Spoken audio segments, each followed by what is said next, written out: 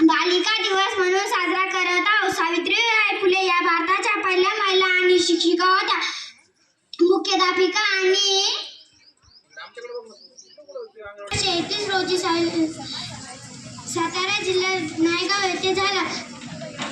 त्यांची जयंती बालिका दिवस म्हणून साजरा करतात। 31 रोजी सातारा जिल्ह्यातील नायगाव येथे झाला।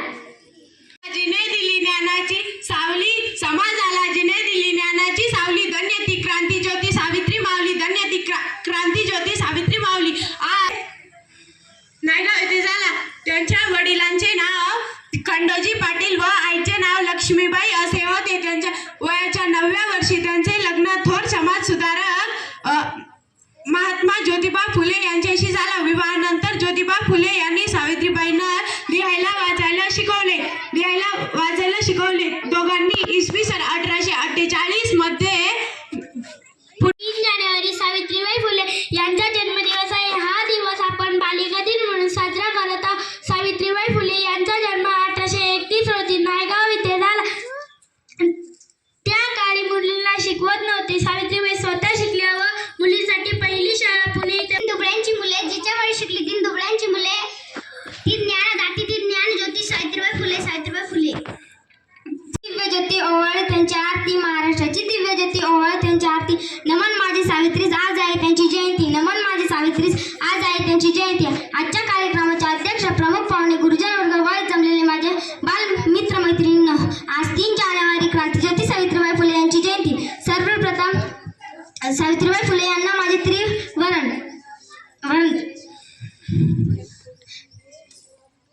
ज्ञानज्योती सावित्रीबाई फुले या भारताच्या पहिल्या महिला शिक्षिका होत्या। त्यांचा जन्म 3 जानेवारी हा थोडासा फरक जाणवतो आम्हाला शाळेत। सर्वांनी सावित्रीबाई फुलेबद्दल माहिती दिलेली आहे।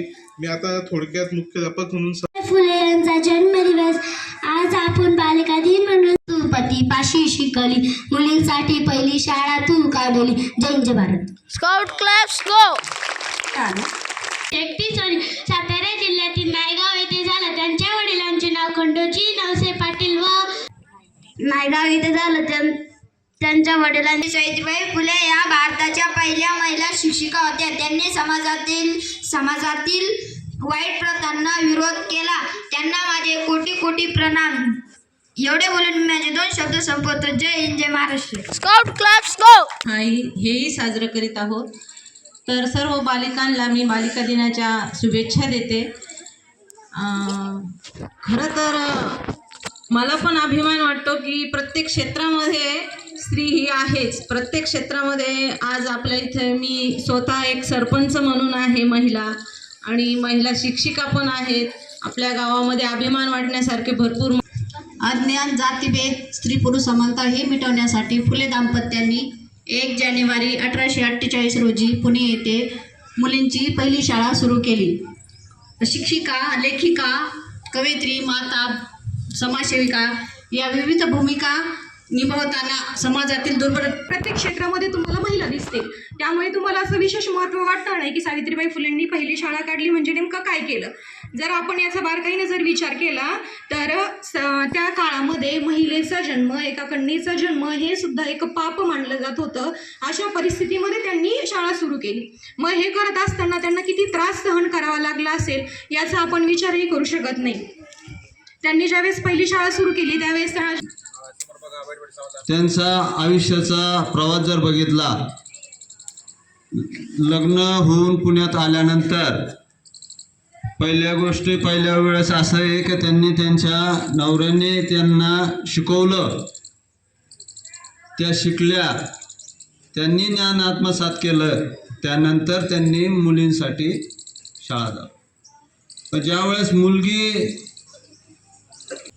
इतका संघर्ष आहे का आपल्याला सावित्रीबाई इतका नाही। आता आपलं सगळं मिळतं तरी आपण शिकत नाही, अभ्यास करत नाही का बरं असं होतं आपल्याकडून? आपण ह्या लोकांचे आदर्श डोळ्यासमोर ठेवले पाहिजेत। त्यांचे संघर्ष वेगळे होते।